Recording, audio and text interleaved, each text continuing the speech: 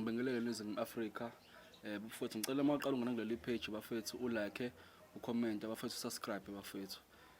Bafethu njengamanje umzwa lo engisebenza naye njengamanje bafethu akekho, khona inkinga ezincane esambambile, but bafethu uzobuya. Ngicela ningaxwayi kwakhona bafethu sisebenzisana nabo abangilekelelayo njengoba umzwa engekho. So senza umsebenzi uqhubeke uye phambili. Ungama umsebenzi ngenxa yomfethu ongekho. Sengithi nginibikele ningaxwayi makhona umuntu enimbonayo. Ngibona ngisabambisene naye kwamanje ukuze ukwazi umsebenzi uqhubeke uye phambili. Bafethu ngiyabona abanye beni bayabhala, siyabona ama-comment bafethu, siyabona into enisho ngama-comment bafethu. So siyabonga kakhulu bafethu. Xa niqhubeke bafethu nilike, nishare, ni-comment. Bafethu njengamanje ngiphethana nabo sisi ababili ingane noma wayo. Sebengichazelile-ke mina udaba labo ukuthi lihamba kanjani. Okubalulekile kunakho konke ukuthi bachazele nini ukuthi udaba lihamba kanjani and bafuna amankentshana abasize ngani. Sanibona ma. Yebo sanibona. Njani? Siyaphila. Siyaphila. Mawami kusingichazelile mina udaba ukuthi lihamba kanjani nokuthi ufuna amankentshana akusize ngani. Bengicela usingichazelele ababukile lapha ekhaya ukuthi uthini ufuna sikusizene ngathi usibhalela usikhalela sesesafika kuwena. Yebo, sanibonani babukeli, igama lami nguzanele wakwaDlamini. Sibhalele iKing Zozo TV ngenxa yokuthi sinenkinga kadadewethu owahamba wangishiyana nansi ingane yakhe angayinakekeli nje ingane. Masizwa sizokuthiwa uhlala ehostela kwaMashu. Kunomunye umuntu wesilisa ahlala naye and noma ngabe simthinta simfonela ukuthi ingane yamdinga and ingane yamdinga kakhulu ayinayo ngisho i-ID ingane. And kade ibhala umatric ingane ibinenkinga kakhulu ngoba siyazi ukuthi mengabe sekubhala umatric kusuke kudingeka ama-ID but ingane benganayo i-ID. Sizamile ukuthi sihlale phansi njengomndeni simfune sihambe somlanda lapha ehostela. Hayi masikhuluma naye nje asibhekisele indaba yethu nje angayingeni aqhubeka ahlale nendoda yakhe. And into engiyibona kakhulu into eyinkinga kakhulu kuyena utshwala. Bayaphuza kakhulu, bayaphuza benendoda yakhe ngalendlela eyisimanga. So nje akekho nje umuntu afuna ukumlalela emndenini. Okubuhlungu kakhulu ukuthi nabazali kwabengasekho nje sebashona sihlala sodwa la ekhaya. So mina ingane ngase ngiyayithatha ke ngiyayikhulisa ke ingane yakhe entombazane. Kuba mina nginezingane ezimbili zabafana ngayikhulisa ke kodwa phezukwalokho akanakho ukubonga. Makwenzakalile nje waqhamuka ufika anye nje la ekhaya akhulume noma yini sesimncenge kaningi ukuthi azamele ingane i-ID lutho ingane namanje i-ID ayinayo. Asazi ukuthi senze njani ngakho sibhalele lolu hlelo ukuthi sicela bisiphelezele basikhulumele naye. Siza ukuthi yini ngempela inkinga yakhe edala ukuthi enze into ebuhlungu kanje enganeni. Ngiyakuzwa mawami.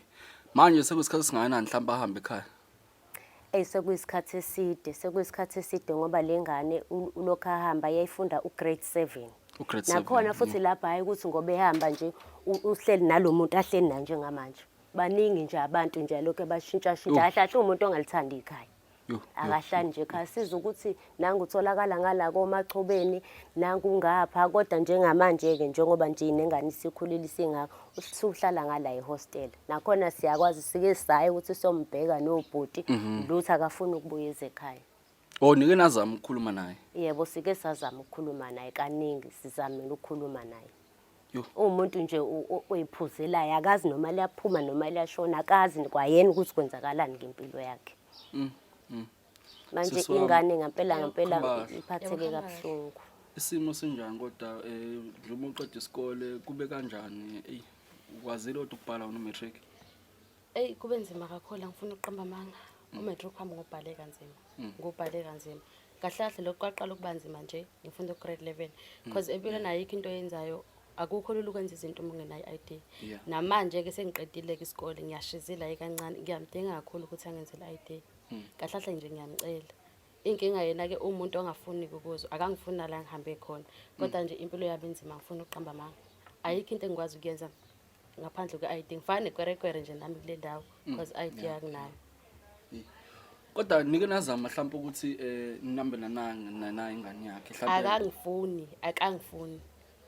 Akangifuni uyangithuka ngathi akangizali. Uthi anginanhlonipho angazi ukuthi yona iphi inhlonipho engenayo umuntu wangishiya ngifunda ugrade 7. Angazi ukuthi ikona kuphi yona iphi inhlonipho kwase kumele ngimnikeze ngoba bengimncane. Namanje nje mangaya kuyo uzothi anginanhlonipho akangifuni.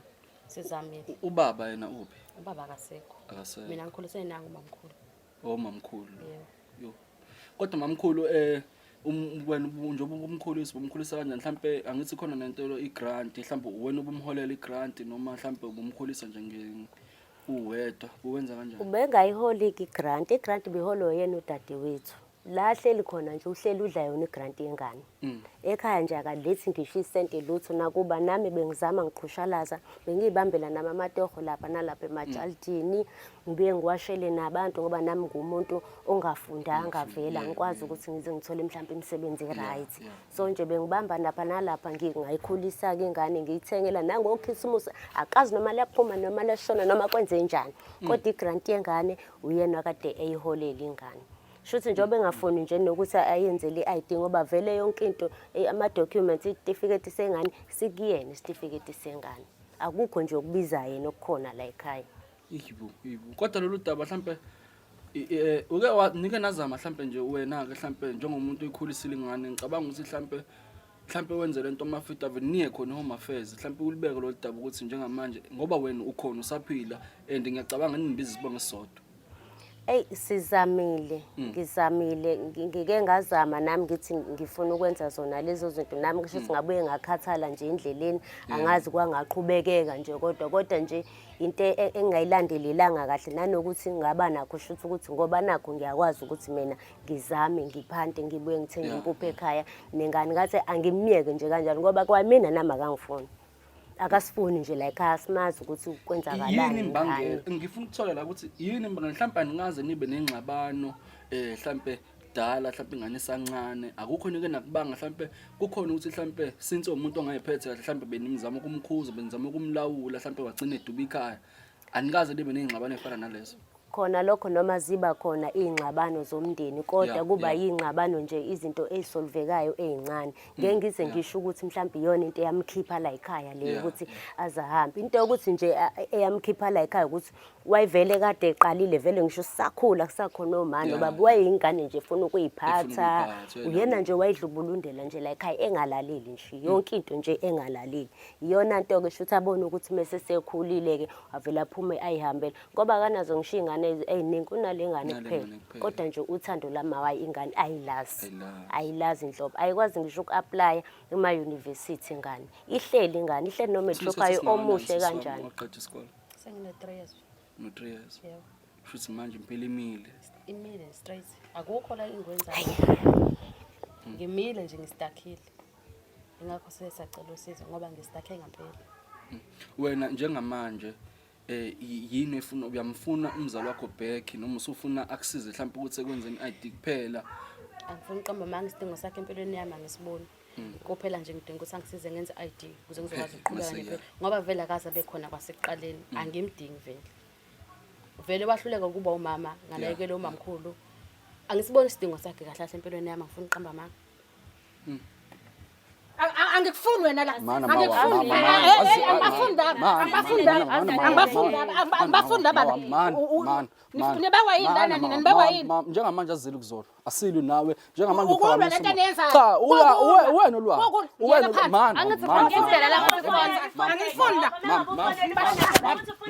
angibafunda yabale ngazathi usi ngazathi usi angibafuni ngazathi usi Inja ngibe ngikhulisela ingane yakho yakho ubuhlale entabeni Haya ngawo la manje. angibafunda ubanga ngephethi lamasini anginangane mina anginangane anginangane mina nawe anginangane azizola nawe uzalwa mina wena uzalwa baba uzalo baba ngazalo wena uzalo baba ngazalo wena njengamanje lento ayikho ngawo la intombi yakho le ayonto intombi kanjani manje yini phoma ngiyela wena ubhalele ucela usizo ucela ngemsiza ufuna kungcono usela uzongitshela ukuthi ubhalele ayongibhalela njani indoda yakhe angithi yayi ungasondele enganeni yami ungasondeli into engifuna mina wena angifunde ngane angifunde ngane nalonina lo Angiyona indoda yami na Angithi uyashayana wena angithi uyashayana ufantam wena angithi ufantam wena wena ufuna ukukhombisa wena ufuna ufe ngenzeni wangangibulala ingane usangimitha ngoba ufuna ungibulala sengingaka wangangibulala ingane ngimithi wangangibulala ingane ngimithi isihluko singaka umzali wengane ingane izala akangizali lo uyisehluleke kuphela isihluko esingaka. Anginamsebenzi nalokho. Yini inkinga lento usenzele Wena ngani? ngizokukhombisa Yini inkinga onzele ngani? Yini ungangenzela ID? Awungenzeli ngani ID? Ngobani mangenzeni? Ngiyaphuza manje mangiyophuza ke. Mama ngenzeni? Mangicela wehlisa umoya. Vele ngake ngidakiwe. Phela yami indoda iyasebenza, iyangithengela ubhiya. Ngiyakutshela yena uSithini. Anamsebenzi. Hawu, uyidla wena umgodoyi. Wenzeni sisi wakho? Yini ayenzele sisi wakho? Yini ayenzele sisi wakho?